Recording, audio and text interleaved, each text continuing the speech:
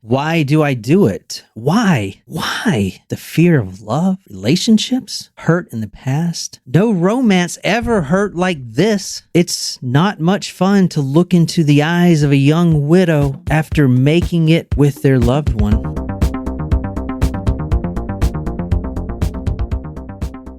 I'm going to start this story a little different today. Okay. We are going to Sacramento. Okay. 1979, but I want to start with a celebration of life, an obituary. Okay. I want to describe this person's life at his funeral, the celebration of death where his whole family gets together and remember the good times. So this is the obituary, sort of, that I found on this guy. His name is John Mercure. It says John, his father, Leo. December 10th, 1979 is when he passed away. He's the beloved son of Marian Gonzalez of Sacramento and Leo Mercure. He's actually the only child of Marian, and he was 33 when he passed away. So he leaves behind a grandfather who outlives him, which is sad. But it says here, friends are invited to attend the funeral Saturday at 1 p.m. in the Citizens Mortuary Home 2301. And this is at Sacramento Memorial Lawn. That's the interment. That's the graveyard. Mm-hmm. John Mercure died December 10th, 1979. He was 33. The obituary said that there was a toxicology report scheduled, but it hadn't been done. And the thinking is that he died of a drug overdose. Okay. Either way, it doesn't matter. We're here to remember the good times. We're at the Sacramento Memorial Lawn.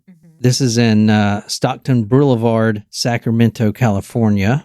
This is it right here. This is this nice big old graveyard right there. Mm-hmm. It is about 12:30 p.m. and the body is on the way to the service. So what happens when someone is getting interred? The mortuary and like the mortuary assistants, they get up super early. They prep the body for transport, and then that's when you see the hearse. And usually people in the South pull over, which no one really does that anymore, but so at the funeral, this is December 17th, 1979. It's about 12:30. The family sees the hearse coming and everyone's in black. It's very sad, but the family, and like I said, he didn't have any siblings. He's got nieces and nephews, but that's about it. The whole family is dressed in black. They're kind of joking. They're all obviously very sad, but they're trying to remember the good times. Overall, John Mercure was a pretty good man. He rarely made enemies, not much trouble with the law, and he was loved by his extended family, right? He was young when he died at 33. His mother, Marian Gonzalez, was a little distraught because that was her only child. And like I said, it was a suspected drug overdose. Mm-hmm. He loved watching TV, and I get the sense that even though he was a drug addict, he still yearned for that long-term company to sit there and watch TV with him. 33 is just way too young. Anyway, the family is reflecting. They're going between bouts of giggling and talking about the past and then silence. They see the hearse coming to the grave site. They're all in black suits. The kids are there. The hearse pulls in almost at the gate and they're watching it. They're being respectful. And then all of a sudden they see the wheels of the hearse turn left. What's up, Alan? What's up, Alan? man? You in Where's Texas he now? been? He's in Texas. Hey, Martin. Yeah, in Texas. Wow. Crazy. It's been a while since we've seen you. They're all sitting there and they have no idea what's going on. This hearse is going super slow like it's supposed to.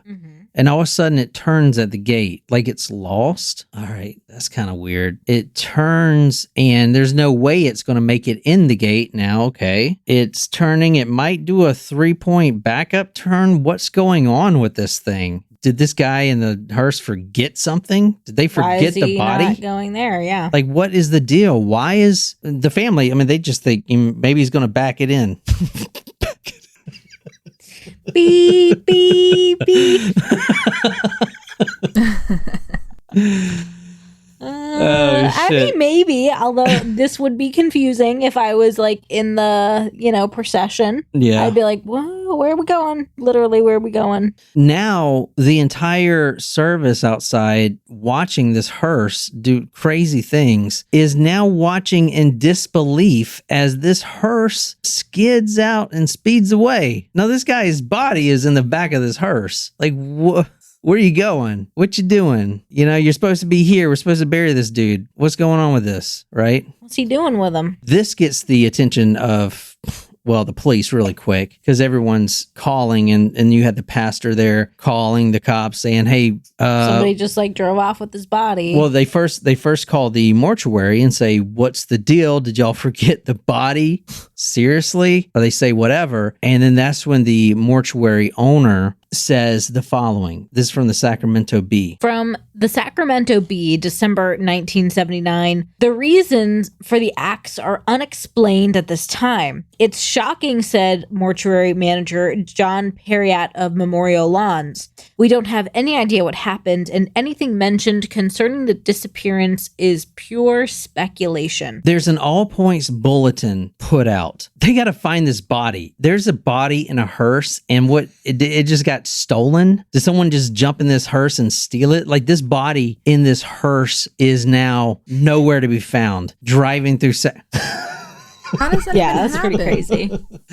So where you're the about to tell us, I hell know, is this man that's dead in this hearse, and where's the hearse, and where's the hearse driver? Well, as you're going to see, the hearse driver is an apprentice, so maybe she got confused. Her name is Karen Greenlee, a 21-year-old apprentice, and she's the one driving the hearse on this day. The cops aren't going to be able to find this hearse for over 24 hours. They're all looking. A lot can happen in 24 hours. Yeah. I mean, there's a body in a casket in the back of the hearse. Mm-hmm. So what do you think's going on? Like, why? What? Well, why given would the last story we covered, I'm a little concerned about the potential nature of what somebody would want to do with a dead body. Like sell the organs? No, what did we do? The last case we did, the guy was sexually assaulting dead bodies. Jesus Christ, you're freaking... Okay, thousands he assaulted. Why would that idea be so far out of left field since that was the last case we covered? The morgue owner knew that this 21-year-old Karen Greenlee, she just started working in August. She was working at another funeral home, but she now switched over, and she's young. This is her second job with funeral homes. And she's always been kind of a little eccentric. She's lately been, quote, exhibiting erratic behavior and working excessive hours. So maybe she's just tired and, I don't know, flipped out, had a panic attack. I don't know. Anyway, it would be over 24 hours, pushing 48 hours, before a concerned citizen spotted this 21-year-old Karen Greenlee driving this 1975 Cadillac hearse. The deputies found this hearse. So I showed you that we were at the Sacramento lawn. So you can see right here how far this is. Well, so from the Sacramento lawn, you can see how far this is. Oh, yeah. Yeah, that's ways away. So it's not only ways away, but it's also way up here. Yeah, it's in a different it's like county. Across town. Oh, wow. And it's way up here in the mountains in a desolate road. This is whereabouts she was found. The hearse looked like it was just parked on the side. It was concealed, but maybe she just ran out of gas. I don't know. But it is quite a far way away for a 21-year-old to steal a hearse and drive it out to nowhere with a dead body inside. A 33-year-old dead body inside this hearse. The air conditioner only works so well. I mean, eventually, things start to rot.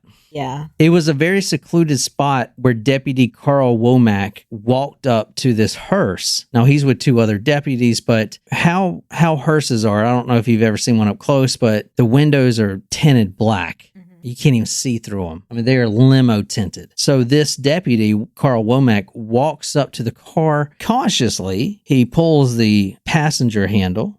Okay, that's locked. He takes his flashlight out to try to see through that heavy black tint, even though he really couldn't.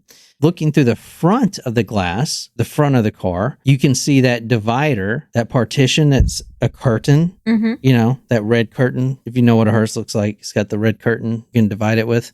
But he doesn't see Karen anywhere. He doesn't see, it's not a big mess in the trunk. It's not like, he didn't know what he's looking at. He walks around to the driver's side. He pulls the handle, locked again. And then he hears something, which makes him realize that Karen is inside of this hearse. He's just not seeing her. But he does wonder why the hearse is swaying back and forth. And he does hear the sound of a woman, although it's more like a moan, like a woman's moan, like a sexual moan, like a moan of she's orgasming. See, I wasn't far off. Thank you. Feel good about being right, or it kind of, but also I wish I wasn't. You kind of made it seem like a win that she's over here. I wish I wasn't, but I also always like being right. The deputy knocks on the glass now because he kind of knows what's going on. He's got his flashlight and he's trying to break this glass. Karen, Miss Greenlee, Karen. The hearse is still rocking back and forth. Oh, God. Open the door. Open this door. No. I mean, maybe I'm adding my own shit in there.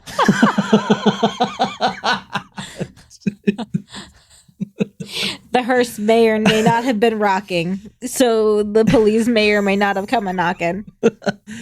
From the Sacramento Bee, 1979, they do get Karen Greenlee to finally unlock the door. Greenlee was taken to Sierra Nevada Memorial Hospital in Grass Valley, where she was examined in the emergency room by Dr. B.E. Sarkin. She was conscious and coherent when she was brought in. She's in good physical condition, but her mental health will be assessed by mental health personnel. Can you read the following from the Sacramento Bee? A drawn, intense Karen Greenlee, who has confessed in her own writing to having been a necrophiliac, quietly admitted to a Sacramento Superior Court jury Friday that she climbed into coffins to have sexual contact with corpses. Under questioning by attorney Leo O'Connor, Greenlee, 23, said she had sexual contact with dead bodies in an embalming room and other locations at the Sacramento Memorial Lawn Mortuary in late 1979 while she was an apprentice embalmer. She also admitted she drank heavily in her apartment at the mortuary during her employment there. So tonight we're talking about the story of Karen Greenlee. That's her right there, posing with a dead body. Posing? John, is your search history like influencing your choices again? Brandon, so I can't even repeat it. Gosh. Yeah, I think is she so. in a coffin there? Well, she's in her zone. That's why. The coffin is made for one. She is. Do they make two people coffins, like a double hammock? But like, oh, dude, can you imagine being eternity with me? The whole time we're in the grave, I'd be like, babe, can you move your rib bone, please? It's poking me in the boner. Whatever, dude. All right, baby, I'm hungs. No, it would be like this. It'd be, baby, we're dead and you're stuck with me forever. I told you I want to be cremated.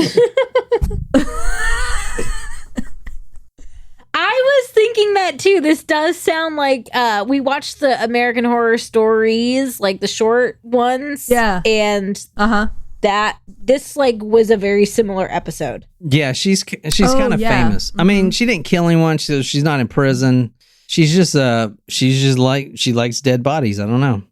In the hearse, when the deputies got her out and then, zipped up the victim, they found that Karen had tried to OD on codeine Tylenol. She almost succeeded, and there was a 4-page letter left in the casket. She was going to kill herself. She tried to, but they revived her, obviously. She tried to put it into her life because she knew this wasn't right. And like Lady Gaga says, you're born that way. She's born this way. Like the eHarmony commercials, get who gets you. If this dead corpse gets you, then freaking, that would be a great commercial. Oh my god. Speaking of Lady Gaga, a new song and video dropped tonight. Oh, really? Who says dropped? Yeah, Jen is with A lot it, of people. okay? She is with it. She has a TikTok. we have a podcast. All right. The felony that she was initially charged for of having sex with a dead body was dropped because at the time there was no California law against necrophilia.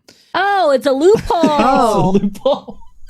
A legal You know what you should call loophole. this episode, John? What? You should call this episode California Love. California Love. All right. She spent 11 days in jail, was fined a whopping $255, and had to undergo 2 years of probation. Jen has a TikTok. I do not know if Karen Greenlee has a TikTok. Let me put this into very clear terms for everyone. Between October 30th and November 17th, when Deputy Womack heard that unmistakable that was weird. That sounded fucking weird. Signing out. Bye. I'm gonna leave my headphones out for a little bit. Kinsa, wait. Shram, loop that. Loop that. Talk murder to that was meme. into my brain. I don't have the over-ear headphones, so that like was in my brain. Talk murder to meme tomorrow. Be there. Brandon, disco never dies. And Andolin, I do have a TikTok. I just don't post anything. I just watch TikToks and send them to people. When the deputy came up on that limo and heard that unmistakable sound of pleasure, Please don't do it I'm again. not, but she had been working at the Memorial Lawn Funeral Home since October 30th. It is November 17th when she is found in the lewd act. That was 18 days of her employment. 18 days, she had admitted within those 18 days to having sex with up to 40 corpses. Going back to the mortuary owner who said that Miss Greenlee has been working, quote, excessive hours. Overtime. And knowing the fact that they actually gave her an apartment right above the morgue, and she had an all-access key card, she would go down several times drunk and, do her thing, man. They're giving these key cards to the wrong people. They should do more extensive background checks. Can I Also, say something like- kind of like maybe controversial? If you ahead. work in a funeral home, if that's the job for you, you're different than everyone else. Yeah. You got to understand that. Most people wouldn't be caught dead working with the dead. You know what I'm saying? Sometimes it's a family business. My good friend Annie, the one who lives in Belgium, like her parents run a funeral home, so it's like it was like a family run thing. But And her some level people of go into comfort with that sort of thing is like way different than mine. Like I hate funerals. Most people do. Like I hate funerals. I hate wakes. Don't want to look at the open casket, dead body. Like I understand it might I don't want to sound like disrespectful, but it's like not for me. Don't want to go near it. Prefer not to. Well, some people go into the field because they want to be able to provide comfort to families during the tough times and like feel like dead people also deserve to be taken care of. I guess that's especially true with this lady. Yeah. Well, she's more taking care of herself, Apparently, so I've been like on this necrophilia kick. Like I've been really interested lately in it. We can tell. Yes, And 2 in a row. Thank you. And apparently the Egyptians had a big problem with necrophiliacs. I believe it. Yeah, that's why they were so wrapped up, so to speak. But that's just like a lot of Kleenex on this freaking mummy. You know what I'm saying? Never mind. Okay, can you read, this is from the letter that was found in the casket. Can you read that? I would like further explanation, Brandon, but when you have a moment, further. Well, in the Rolling Stones song Brown Sugar, Mick Jagger says you can make a dead man come. Jesus Christ, Jen, can you never, oh my God, dude. It's a song lyric. It's true. It's kind of nasty, but Brown it's a good song. sugar. In a personal letter to the court, Karen Greenlee explained, I am a necrophiliac. Alcohol, scared, mixed up, lonely, unadjusted adult. My life is a nightmare. I wish I never grew up. I wish I would have killed myself in 1973. I almost did. Never could do anything right. So this is the letter they actually found in the casket. Why do I do it? Why? Why? The fear of love, relationships, hurt in the past. No romance ever hurt like this. It's not much fun to look into the eyes of a young widow after making it with their loved one. That's fucked up. That is so fucked up. Keep going. That is real effed up. It's the pits. I'm a morgue rat. This is my rat hole, perhaps my grave. You see, I died October 30th, 1979. I just haven't stopped moving yet. My spirit is dead. I killed it in the coffin of... Judge Horace O'Connor emphasized a passage in this letter in which Karen Greenlee suggests that her aberration was known by employees of the mortuary. I believe some here know of my problem, the letter said. It has been mentioned to a loose degree. In fact, one even knocks on the prep room door now. Says he doesn't want to catch me. I don't want to cover up. So the other employees know, and they're actually knocking on the prep room door so they don't catch Karen banging the dead. That's a good title, Banging the Dead. No. Okay. So what about, so we just covered a case that's similar with a necrophiliac, and you have all these families. Yeah. And everyone's, This was an 18-day span, though, not... so 40 families. But not decades and decades. This was 1979, so I didn't see any other families coming out. Only the Marian Gonzalez, the mother of the dead body, John Mercure, that she had stolen the hearse from. But it was her only son. The judge said the remains of her son, John, were, quote, the only real human value in her life, end quote. However, Karen's attorneys say that she was just trying to grab a lawsuit because Marian wasn't even at that funeral, and they weren't even close anyway. They did settle. She sued for $1 million, but settled for $117,000. From an interview with Apocalypse Culture 1987, when I wrote that letter, I was still listening to society. Everyone said necrophilia was wrong, so I must be doing something wrong. But the more people tried to convince me I was crazy, the more sure of my desires I became. Yeah, so she now thinks 10 years later in 1987. Well, she's born this way. She thinks nothing's wrong with it. It's the same thing as the pedophile argument, right? They're born pedophilic, right? Doesn't mean it's not a crime. I know, but homosexuality used to be a crime. People are born homosexual. Okay. No, don't Kate. Give me a rebuttal. It's a crime. I'm sorry. It is it's a mental illness, right? In the DSM or something. The DSM right? no longer exists. They're doing away with that. It's a bunch of bullshit anyway. What's a crime? Pedophilia? Yeah. And homosexuality. I don't know used if to I would agree with that statement.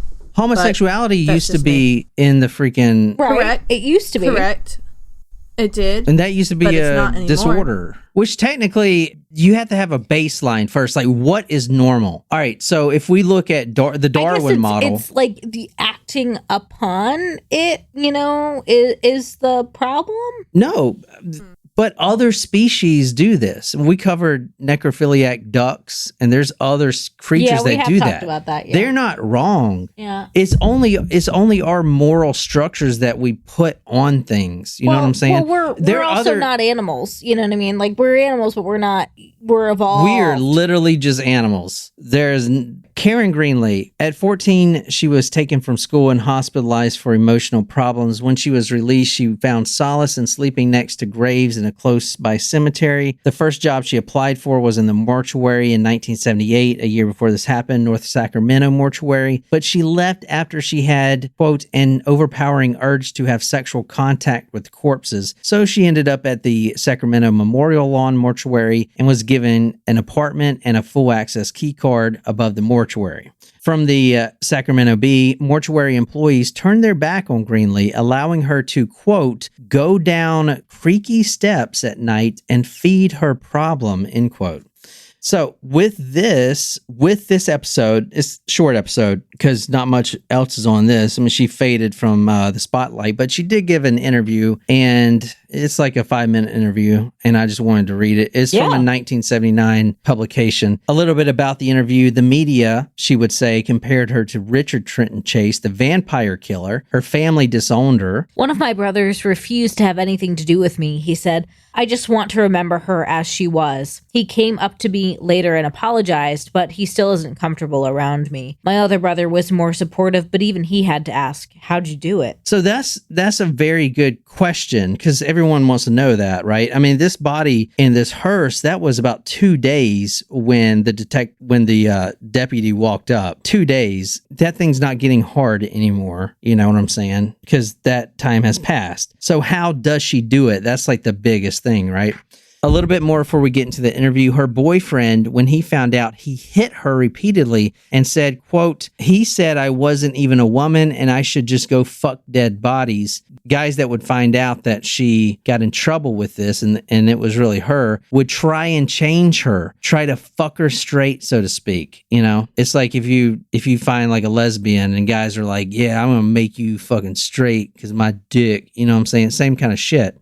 Okay. The question I am often most asked is, how does she do it? I don't mind telling people how I do it. It doesn't matter to me, but anyone adept sexually shouldn't have to ask. People have this misconception that there has to be penetration for sexual gratification, which is bull. The most sensitive part of a woman is the front area anyway, and that's what needs to be stimulated. Besides, there's different aspects of sexual expression, touchy-feely, 69, even holding hands. That body is just lying there, but it has what it takes to make me happy. The cold, the aura of death, the smell of death, the funeral surroundings, it all contributes. Did she say 69? Holy shit. Sure, I find the odor of death very erotic. There are death odors and there are death odors. Now you get your body that's been floating in the bay for 2 weeks, or a burn victim that doesn't attract me much, but a freshly embalmed corpse is something else. There's also this attraction to blood. When you're on top of a body, it tends to purge blood out of its mouth when you're making passionate love. You'd have to be there, I guess. Jesus Christ. I haven't read this yet. This is fucking nuts, dude.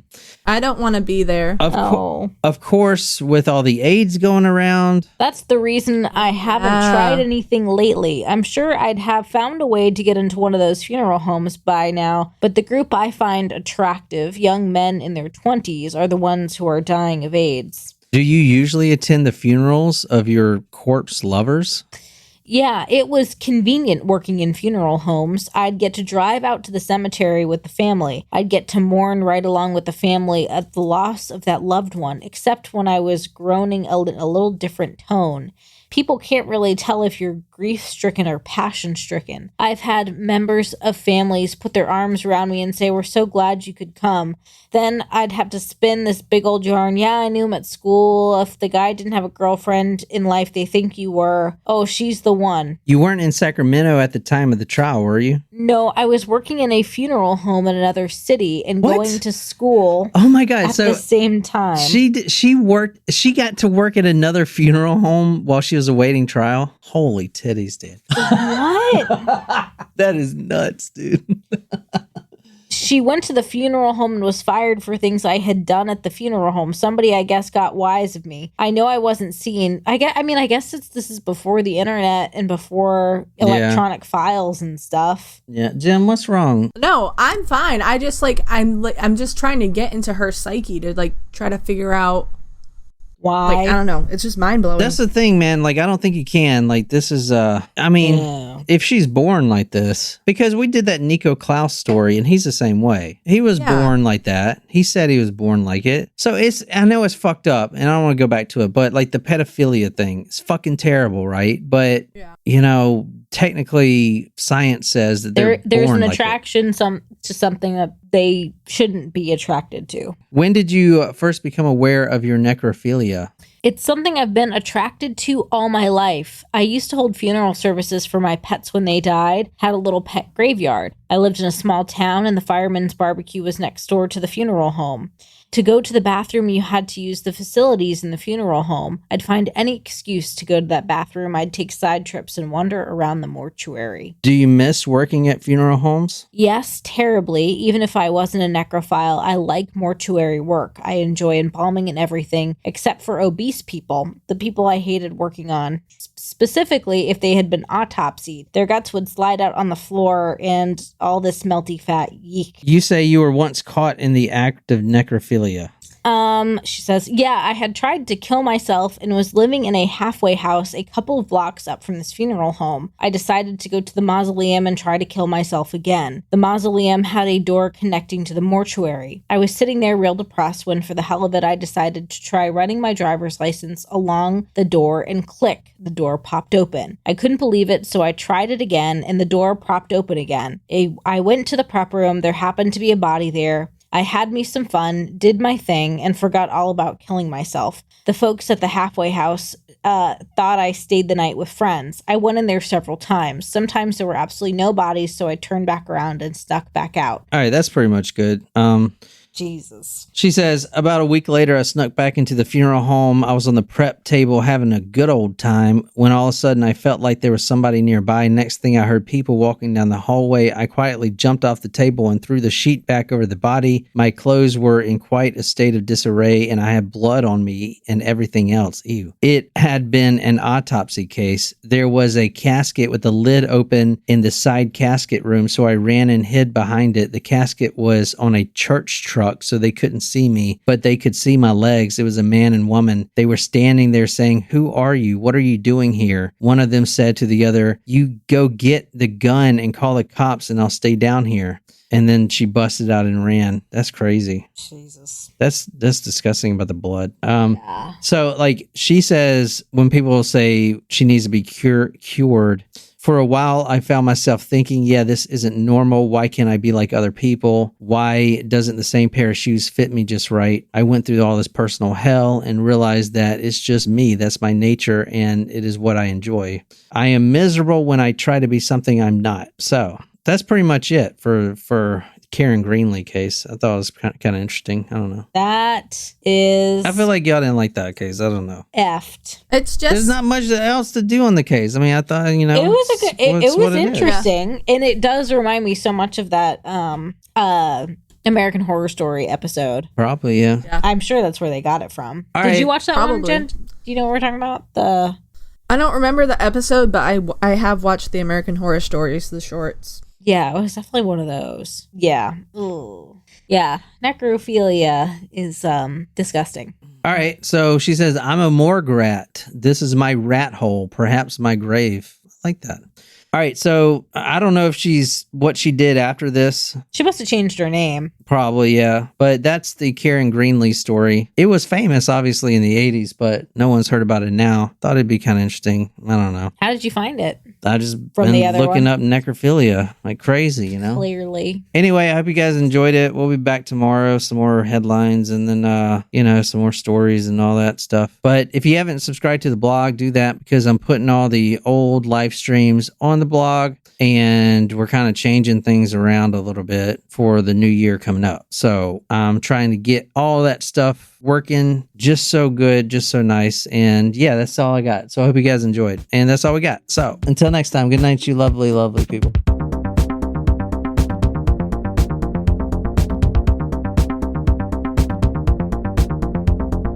Kind of running this shit.